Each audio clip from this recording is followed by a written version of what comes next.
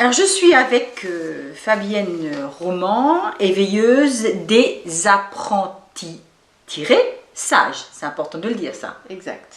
Donc c'est pas apprentissage attaché, mais apprentissage. Oui. Donc on se rencontrait aujourd'hui, on devait faire une vidéo avec Robert Savoie qui vient mercredi soir.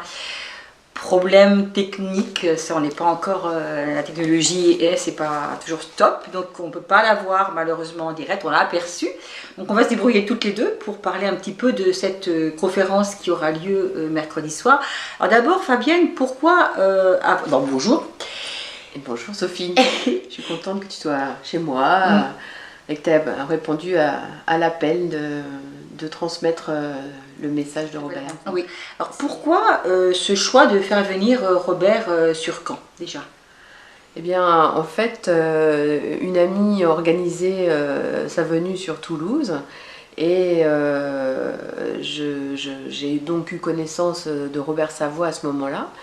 Et lors de la tournée précédente en octobre, il venait à Rouen. Dans le cadre de la tournée, il venait à Rouen. Donc je suis allée rencontrer Robert Savoie à Toulouse, pas à Toulouse, pardon, mais à Rouen. Et donc ces conférences ateliers, c'est 3 heures de quelque chose de vraiment intense, de vraiment fort. Et donc et ça se termine par un hug. Il prend chaque personne dans ses bras. Hug, c'est câlin, c'est ça, hein? Ouais, c'est câlin. Étreinte, voilà, c'est ça. Et donc quand j'étais dans ses bras, je lui dis si tu reviens en France, vraiment c'était tellement fort ce que j'ai vécu et que tu as envie de venir à Caen, bah écoute, tu pourrais m'appeler. Et quelques mois plus tard, donc ça c'était en octobre, et début décembre, il a décidé de refaire une tournée en Europe et en France. Et il m'a appelé en me disant, bah voilà, je serai le 30 janvier à Caen. Ok, tu me loues une salle de 100 personnes et on y va. Et donc voilà comment l'aventure a démarré sur l'appel du cœur, un ressenti, et puis la vie fait que, bah voilà. Alors Robert, c'est un Canadien, ouais.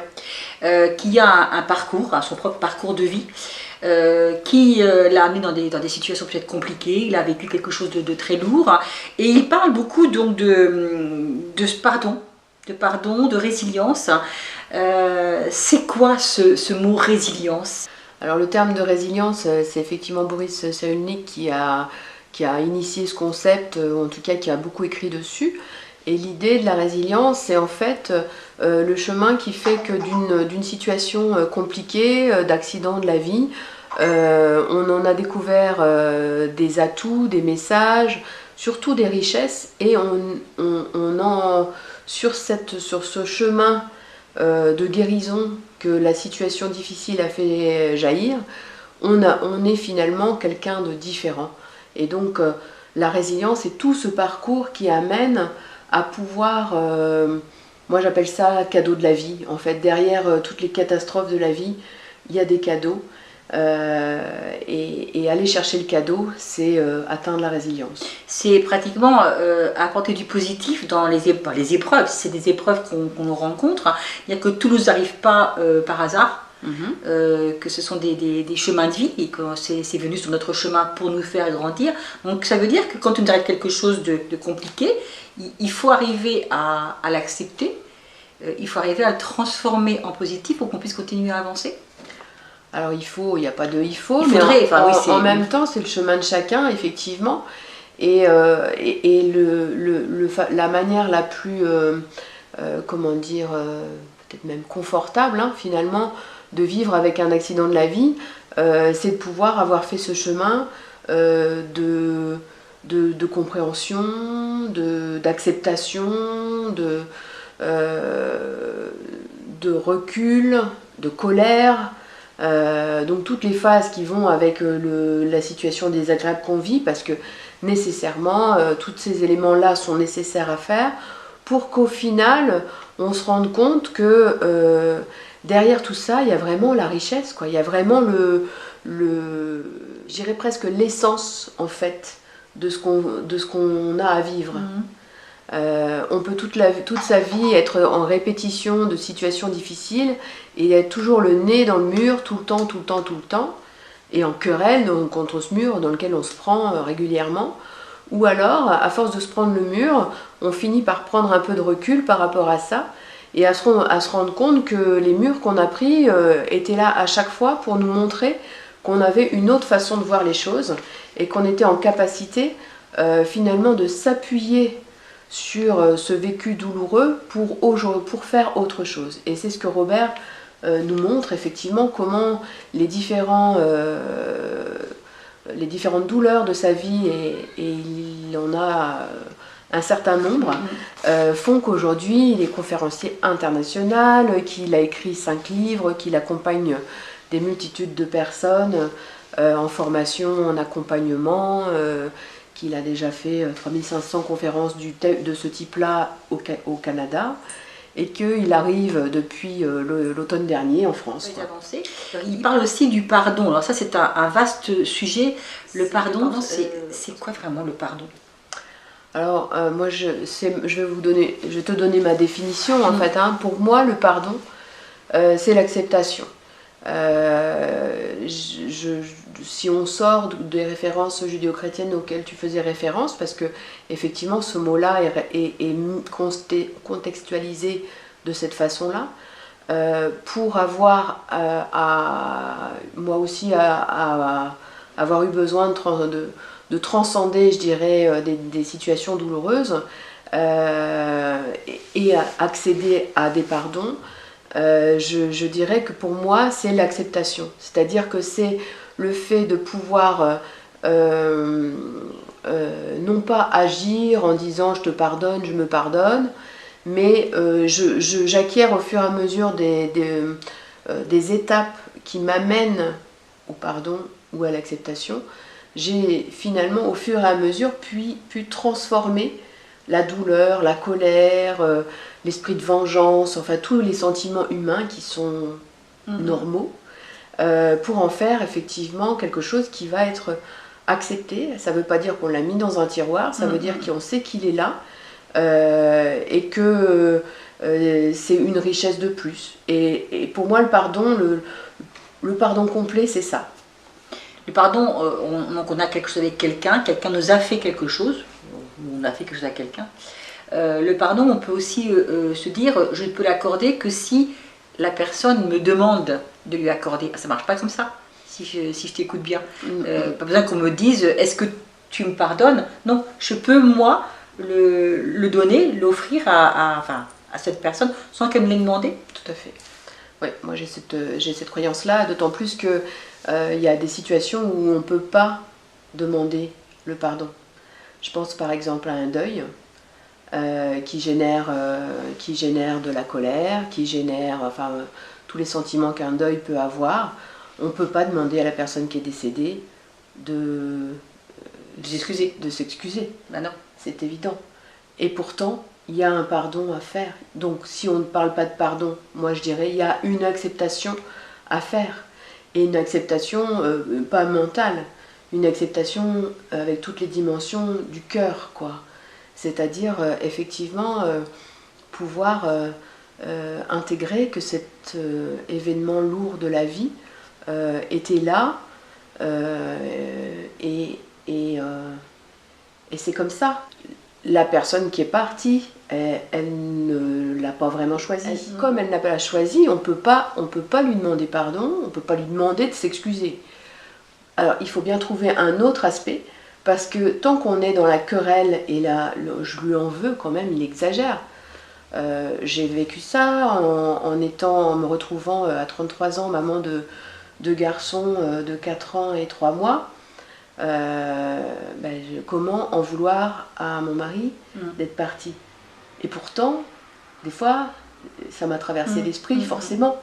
Donc c'est toutes les étapes qui m'amènent à avoir accepté les conditions de son départ, le fait que je vive aujourd'hui comme je vis avec ça. Pour moi, c'est ça le plein pardon. Il y a aussi le pardon contre quelqu'un donc, qui est toujours vivant, a fait quelque chose de grave. Ça peut être un criminel, ça peut être des choses moins importantes, mais qui sont tout aussi importantes pour nous. Dire, je sais pas quoi, moi, une très très grosse dispute ou quelque chose de vraiment douloureux. La personne n'a pas forcément... Enfin, elle est dans son histoire quelque part, donc elle a fait ça. Peut-être qu'il y a une raison, j'en sais rien.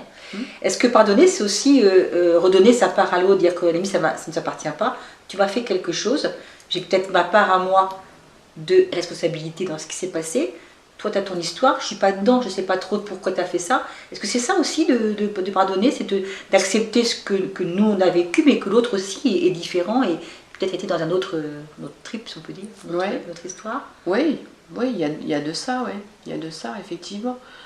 Sans charger la personne. C'est-à-dire que effectivement, on ne peut être responsable que de notre part. Voilà.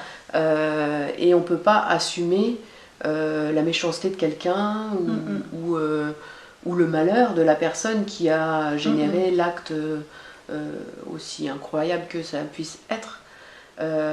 Et c'est un danger, hein, effectivement, d'être aussi trop compatissant. Oui, c'est pas être dans le pardon que d'être dans la compassion. C'est vraiment être dans l'acceptation pour moi. Et même, c'est aussi important de se pardonner nous-mêmes, quelque part. Dans ce pardon, c'est bien de pardonner, mais c'est peut-être nous, à nous apaiser. Pardon, c'est l'apaisement. Oui, c'est ça. C'est ce que tu as dit très justement, il faut arrêter d'être en lutte. Tant qu'on va être en colère, en lutte contre un événement, contre quelque chose, on n'arrivera jamais à faire la paix. Oui, c'est ça. C'est ça. C'est ça. Chaque fois qu'on est en lutte contre un événement, comme contre une situation douloureuse, on lui donne de la force, en fait. Parce qu'on consacre notre énergie à lutter contre cet élément-là.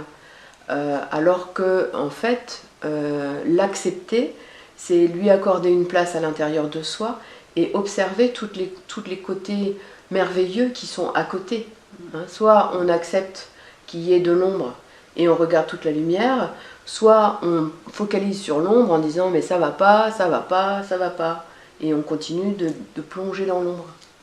Alors dans ce que fait Robert, tu as bien dit, c'était une conférence atelier. Donc sa conférence, la façon de nous parler de tout ça, tout ce travail que lui a fait sur lui-même et qui va nous enseigner, j'aime pas le terme enseigner, mais nous faire approcher.